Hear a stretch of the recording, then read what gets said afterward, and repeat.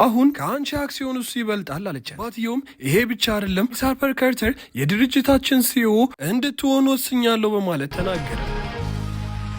እናትየው ሚስተር ስታርሊንግ የተናገረውን ስትሰማ እንዴ ሲኦ ከዲዛይን ዳይሬክተር እኮ ፖዚሽን ይሽበልጣል ልጄ የሚገባሽ ይሄኛው ነው በማለት ስትናገር፣ ኤሌኖርም ደሜን ጠብ አድርጌ ነው ሎሜሪ ጁለሪን የመሰረትኩት በፍጹም እኔ ሲኦ አልፈልግም ስትል፣ አይ ትፈልጊያለሽ እመኚኝ አሁን ወደ ቤት ሂጂና ለጋብቻ ተዘጋጅ ሲላት፣ የምን ጋብቻ ማንን ነው ማገባው ስትል፣ ጃክሰን የሚባለውን ታውቂዋለሽ እሱን ነው የምታገቢው ቤተሰቡም ደግሞ ሀብታም ናቸው ሞንታክለሪ ሲባል ሰምተሻል አይደል እህቴ እያወቅሽ ለምታስለፈልፍ ሌኖርም ያንን ማይረባ ማላገባም ስትል፣ ይሄ አንቺ ምርጫ አይደለም የግዴታ ታገቢዋለሽ ያለዚያ 200 ሚሊዮን ኢንቨስት ሊያደርግ የነበረውን ያቋርጥብናል በማለት የነገራት፣ ድርጅቱን ገደል ለመክተት አስበሻል ሲላት፣ አባቴ አታስብ ከዚህኔት ግሩፕ 500 ሚሊዮን ኢንቨስትመንት አግኝቻለሁ ቃልም ገብቶልኛል ይህንን ልጅ እኔ የማገባው ለገንዘብ ከሆነ እባክህ እሱን ላገባው አልፈልግም አለች።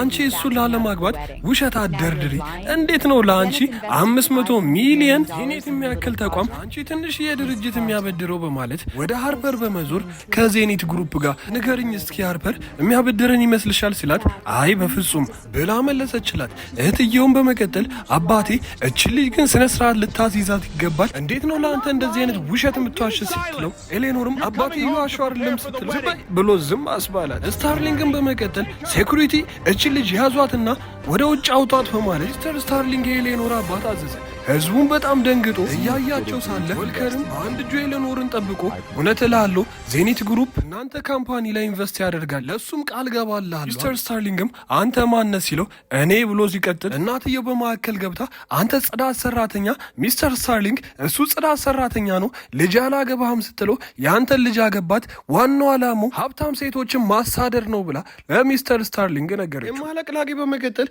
ይሄ ብቻ አይደለም የሚገርምህ ሀብታም ለመምሰል ከቆሻሻ መጣያ አንስቶ ዳይመንድና ሀብል እያሳየ ሃርፐርን ላግባሽ ሲል እምቢ ስትለው ወደ ኤሌኖር ደግሞ ዞሮ ላግባሽ እያለ ነው በማለት ነገር። እህትየውም እኔ አላምንም እህቴ ይሄንን መስታወት አጣቢ ለማግባት ነው እንደዚህ እያልሻለሹ፣ ነገር ግን እህቴ አሁን ይሄንን የማይረባ መስታወት አጣቢ ብታገቢ ምንድነው ህይወትሽ የሚሆነው? መስታወትሽን በቅናሽ ያጥብልሻል እንዲሁም ሽንት ቤትሽን በቅናሽ ያጥብልሻል በማለት ነግራት፣ ሰዎቹ እንዳለ ሳቁባት።